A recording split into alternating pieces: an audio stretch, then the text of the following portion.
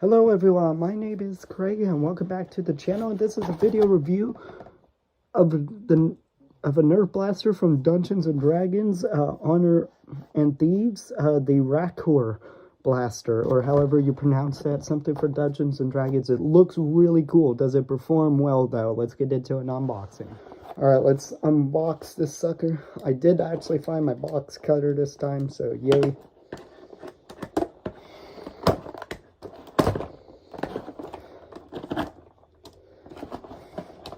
Looks like 3 tension bands.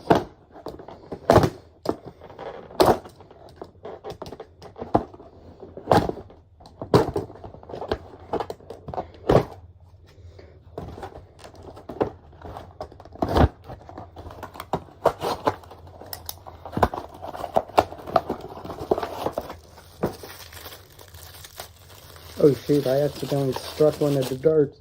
But included is the blaster itself and 4 green and orange colored Nerf Elite darts. Alright, starting out at the front for an external overview of the blaster, there is no end strike barrel lug, but this is a front loading blaster. There's 2 barrels up front. To front load, you simply do that. The capacity of this blaster is 2 shots and it fires 1 at a time. It is spring powered, 1 at a time, not a double shot. Kind of a bummer, but it is what it is. There's nothing else to manipulate really on the blaster. It's a big old cosmetic piece. Getting down to here, this is a big old thumbhole stock. I don't really care about thumbhole stocks. I don't mind them. I don't dislike them. But this one, yikes. Yes, this is impeding my movement. This feels like it's one of these guns that you just whip out and then just do like this. You wouldn't hold it like this or anything. So this is a very weird thing. It adds to the cosmetics, but it's very, very, very weird. I don't like this really at all. Getting down to the bottom, it's the wicked big priming handle. It is spring powered. To prime, you do that and you're ready to fire once. I will note that the firing does fire the bottom one first, then the top. It is based off a Smart AR system. Smart AR does work very well. And it's the bottom, then the top in that order. It won't do the other ones, but if you do fire the top one, it will. If you load only one of them, it will fire the one that it is out of. But if you fire both, it's going to be the bottom always, then the top.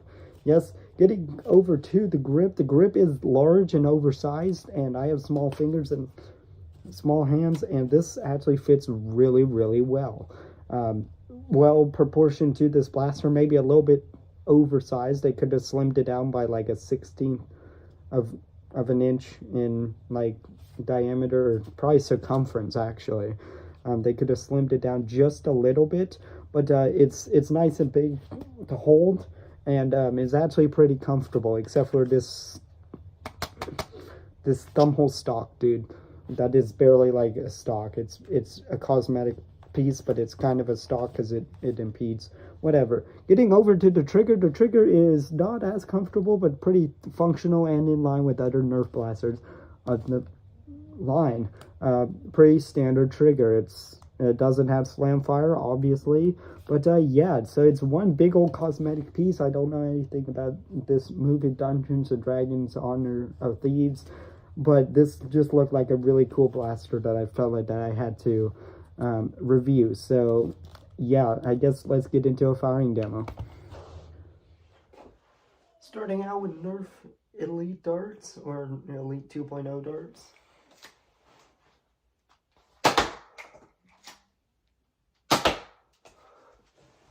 Some more. I'll use the included ones.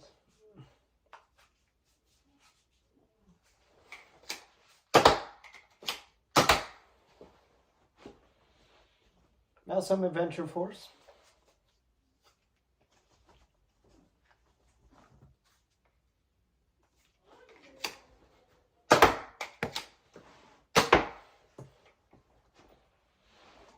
Some X-Shot 3/4 length darts.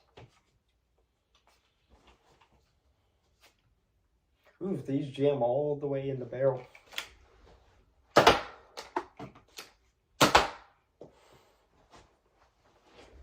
Egg chop full length.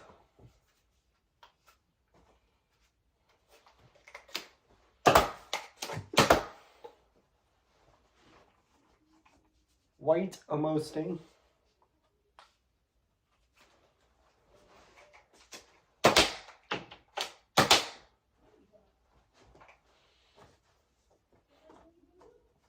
Screamer darts.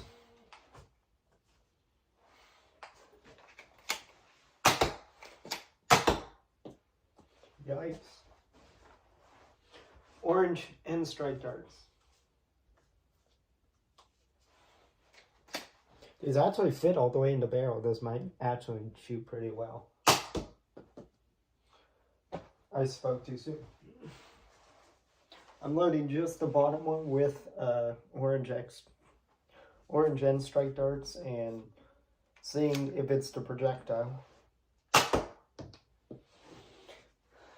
And again.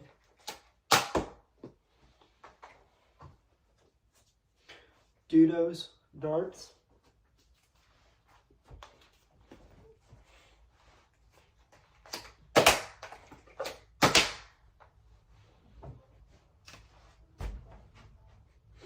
Firing analysis and conclusion of the, I even forgot what type of blaster this was.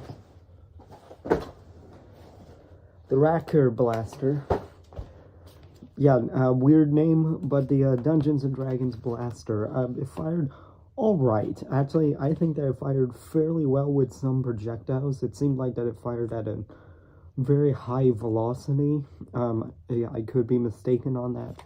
It was actually fairly consistent, and the Smart AR worked well. However, certain projectiles like the emosting darts, obviously the old orange and striped darts, the screamer darts, the dudos, some of those ones didn't really fire well. Some of those are not great projectiles to begin with, but they fired all right. Now, the firing performance was all right, nothing spectacular really that I noticed. Again, I'm firing at like 5 feet, and I don't have a chronograph right now. Because again, I have to say my chronograph's broken, because if I say I don't have a chronograph, somebody's going to call my dude, go get a chronograph. I'm like, I do, it's broken, I have to go get a new one. Yes, but I had to drop like $60 on that, so yikes.